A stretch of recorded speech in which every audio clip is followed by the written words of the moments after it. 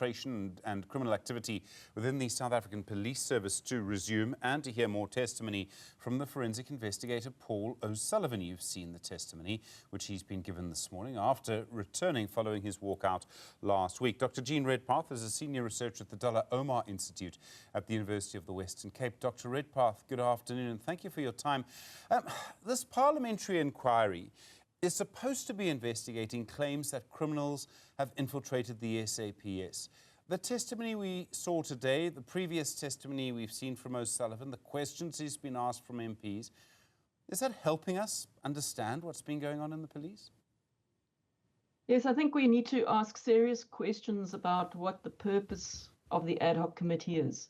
We have the Madlanga Commission, which is supposed to look into the details of which particular individuals were involved in particular things. Given the mandate of Parliament, one would have hoped that the ad hoc committee would look into the structural problems, would look into matters such as how task teams are financed and what processes need to be gone through. In very many ways, they are duplicating the work of the Madlanga Commission, and that can work out in two ways, one of two ways. Either it can support what the Madlanga Commission has already found, or it undermines what the Madlanga Commission has found. Either of those suggests are problematic. If it simply repeats what the Madlanga Commission is finding, then in some senses it's using up important parliamentary time.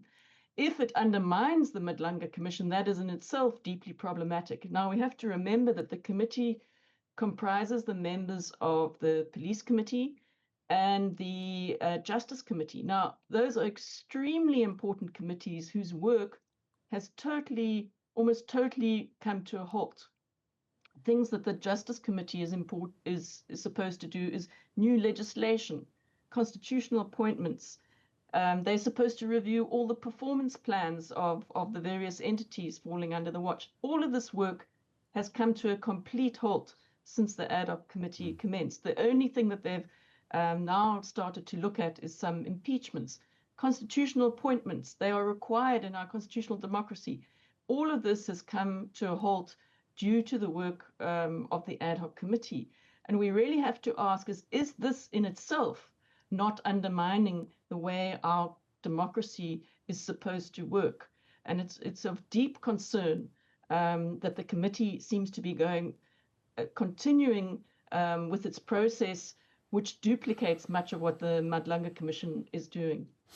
I mean, at the same time, there's actually supposed to be a third committee, the Joint Standing Committee on Intelligence, that's also supposed to hold an inquiry. It was announced on the same day as the current parliamentary inquiry was announced, so some time ago now, back in July last year.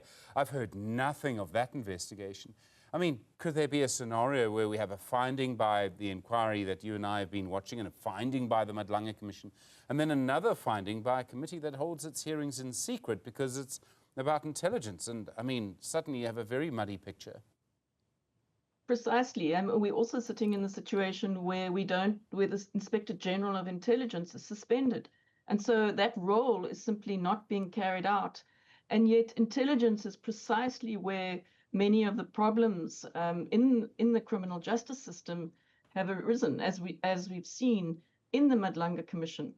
And the way in which the ad hoc committee has been operating is deeply concerning also in terms of how it has treated people who have come to give evidence, as well as people just attending, with people not being allowed to leave and come back in again, as is usually the case in Parliament. So it really seems as if the ad hoc committee has to some extent been hijacked by political interests rather than serving our democracy.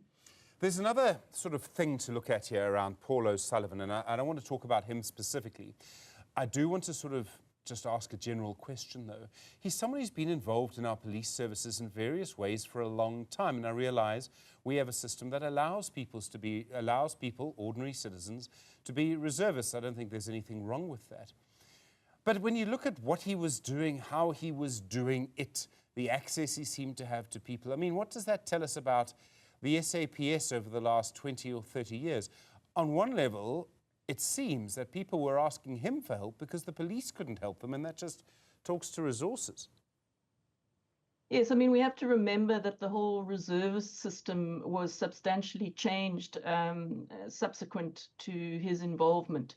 And now we actually have very few reservists. And in fact, they played a very important role of filling the gaps. And the tightening of the reservist system actually had a negative impact overall. Good reservists can have a very positive impact on policing.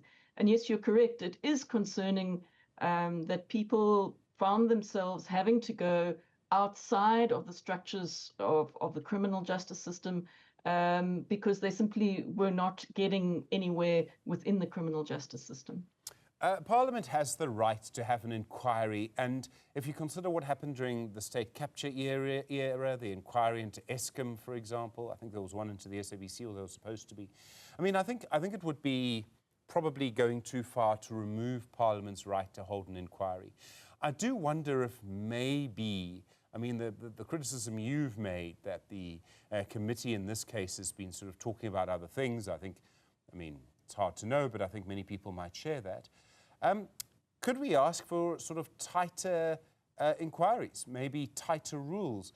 Maybe, and I wish no ill upon the man, maybe, you know, tighter regulations as to what a chair can allow and what they can't allow. Something like that to, I suppose what I'm trying to say is some kind of way to focus the work of a parliamentary inquiry. Well, certainly one of the key ways to ameliorate the impact of having an inquiry would be to have some sort of way that the work of the committees can continue. So for a certain number of hours a day, to have been allocated to the ongoing work of the committee, which is crucially important. And the Justice Committee has one of the largest portfolios of any of the portfolio committees. And that work is now backed up for a very long time. So number one, that. And number two, to focus on the things that Parliament can fix. Parliament can change legislation. Parliament can hold members of government to account. And those are the kinds of issues that Parliament should have been looking at budgets, at the expenditure. I personally posed to Parliament the question, there is 9.5 billion in the budget that isn't allocated to particular people. Where does that money go? And it's in the table that refers to the cost of employment. And Parliament hasn't asked the members of the police where that money goes, hasn't gone into further detail. And one would have thought that would be a crucial matter. 9.5 billion can increase our detective service by a third.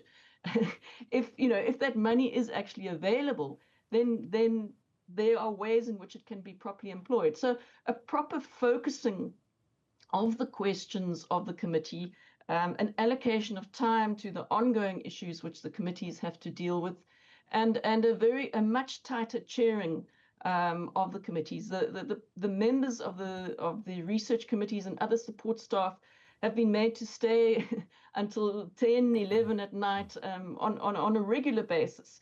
And this is a really disruptive and difficult process for those employees of Parliament.